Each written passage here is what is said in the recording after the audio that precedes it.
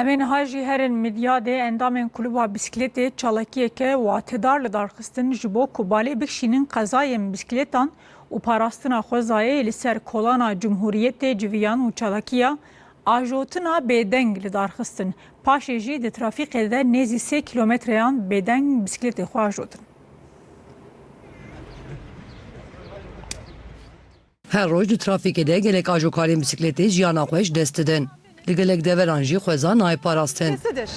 Ancak bisiklet kullanan insanlar Li midyadê endamên kulüba bisikletê çalakiyeke watedar li darxistin. koşullarına erişememekte ve Ajokar li ser kolana Cumhuriyetê civiyan û ji bo bibîranîna ajokarên bisikletê yên canê xwe dane û parastina xwezayê çalakiya ajotina bêdeng li darxistin.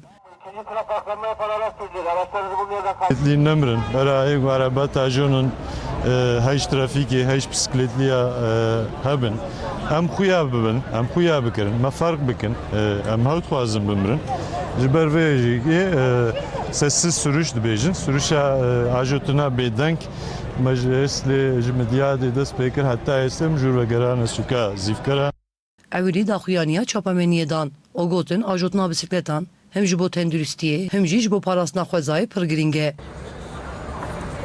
Endamên kulübê wek temsîlî qezaya ajokarekî bisikletê nîşandan û bi pankartên bi tenê vesayet ATE. Rêya me hemûyan e. Êdî em naxwazin bimrin, şerîda rast heqê me ya kanûnî ye li doravî civiyan.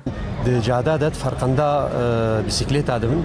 Zanibin ku em jî dixwazin di cada de bisikleta bajon weke wana em jî sürücîne.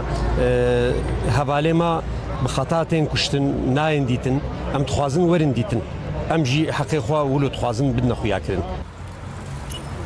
Çalakvanan vî awayî balkişandin sermirina ajokarên bisikletê û hişmendiya civakê. Endamên kulübê herî dawî nêzî 3 kilometreyan bisikletên xwe bêdeng ajotin û çalakî bi dawî bû.